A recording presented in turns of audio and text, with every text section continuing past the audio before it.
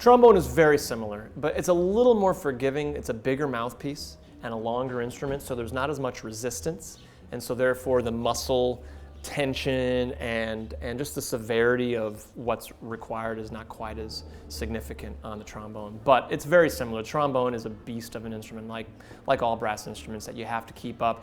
What I've found recently, as you become more fine-tuned in your embouchure and in your technique, is you don't necessarily have to put in these marathon practice sessions every day like we used to do, but even just picking up the instrument, even just holding it, even just having a mouthpiece here, getting the air moving, making that connection from lips to metal, it's really important to do that every day. You know, one day off sometimes is not a big deal. I'll probably take tomorrow off because of the ridiculous rehearsal schedule I've been dealing with all these performances. But no, the trombone is a beast. It's a beast. And especially playing jazz. I mean, jazz is a music, at least of the last 50 years, that's been defined by saxophones, pianos, and trumpets, and they do a lot of things that it's very difficult to do on the trombone. And you know, I think we're in a bit of a renaissance period when it comes to trombone players. There are a number of incredible trombonists out there right now doing things on the instrument that have never been done before, truly. And you know, I'm a huge J.J. Johnson fan, but J.J. Johnson was not Coltrane. He was not Miles Davis. He was not Herbie Hancock, and these are all people who have set a precedent so high they literally changed the course of their instrument and music.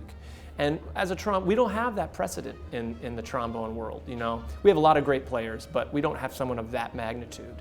So I feel like it's taken us a little bit longer to elevate the bar of expectations or what's possible, but I see it happening, and I think looking back on this time, the last 15, 20 years, it's going to be a time that people really consider to be a trombone renaissance.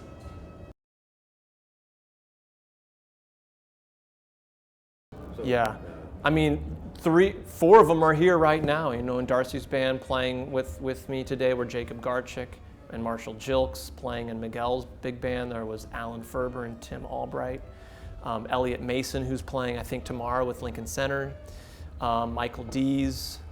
And Robin Eubanks, who was a little bit older than us, and you know, maybe one of the people responsible for this movement, Steve Turre, Wycliffe Gordon, and the list could go on and on. I mean, it's actually kind of incredible how many talented trombonists, most of whom are great composers and arrangers, sitting in the middle of the big band. You know, we all do big bands.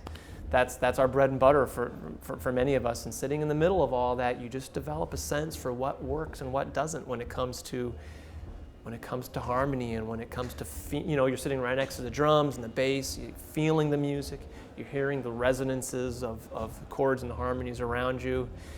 So I think it's not a coincidence that there's been a long and rich tradition of trombonists, composer, arrangers, to change the topic slightly.